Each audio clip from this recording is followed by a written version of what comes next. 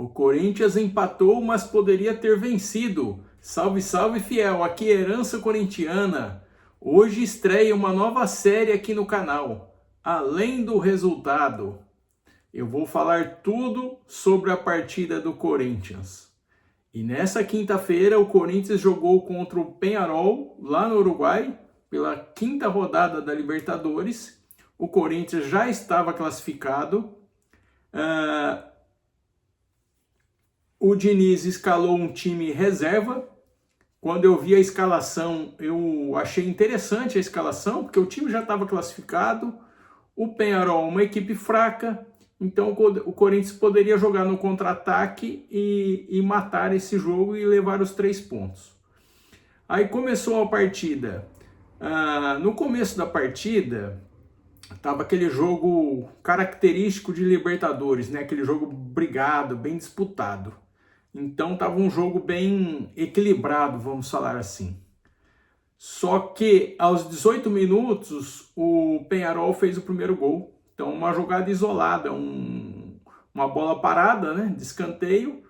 O jogador do Peñarol desviou de cabeça no primeiro pau. Então uma falha ali geral na marcação do Corinthians, ninguém marcou.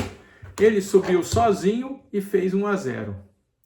E aí, depois que o Peñarol fez o primeiro gol, parece que o Corinthians acordou. Parece que aí o Corinthians, muitos jogos do Corinthians têm sido assim. O Corinthians toma um gol, aí começa a atacar. E foi isso que aconteceu. O Corinthians foi para cima depois, criou várias chances, principalmente no fim do primeiro tempo.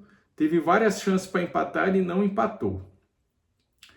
No segundo tempo, o Diniz ele não mudou ninguém logo no início.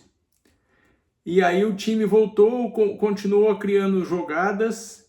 E a hora que o Diniz estava preparando algumas substituições ali, o Corinthians foi lá e empatou o jogo. Uma jogada começou ali no meio-campo com o Pedro Raul, o Caio César. O Caio César fez uma grande jogada, cruzou essa bola. O Pedro Raul tentou fazer o gol, ele deu um totozinho na bola, mas o goleiro fechou bem o ângulo em cima, defendeu e no rebote o Zacaria, o Zaca da Fiel, estava lá e fez o seu primeiro gol com a camisa do Corinthians e imitou o Memphis Depay.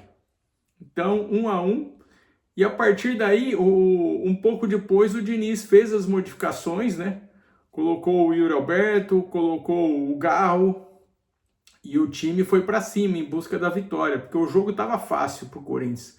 Não era um jogo difícil, porque o Peñarol ele precisava vencer de qualquer jeito. Só que o Peñarol não tem força, né? Então todo mundo viu no jogo que estava um jogo fácil para o Corinthians levar os 3 pontos. Só que aí o que aconteceu? O Corinthians criou várias oportunidades. Só o Yuri Alberto foram 3 oportunidades. Então ele perdeu os 3 gols. Foi incrível essa situação. Então, assim, de maneira geral, o que eu vi de bom? Um time reserva para dar minutagem para vários jogadores. Então, ali, com destaque, o Caio César foi o melhor jogador do time, disparado. E eu acho que ele tem que ser o titular. Se eu fosse o técnico, ele seria o titular no meu time. Então, o Caio César é o melhor de todos. De resto, teve boas atuações de outros jogadores também. Mas ninguém chegou próximo ali do Caio César. E agora do lado negativo, né? Então eu vi assim o Matheus Pereira. O Matheus Pereira parece que tem aquele famoso bunda de urso, né? Parece que ele não consegue andar no meio campo ali. Eu acho que o Matheus Pereira, na minha opinião, ele atrapalhou o time. O time estava rápido e ele amarradão ali no meio campo. E eu queria que ele tivesse sido substituído já no primeiro tempo. Mas ele errou muitos passes e atrapalhou a equipe. Mas o Yuri Alberto conseguiu ser pior que ele, né? O Pedro Raul defendeu 2 lances. Ele atrapalhou as jogadas.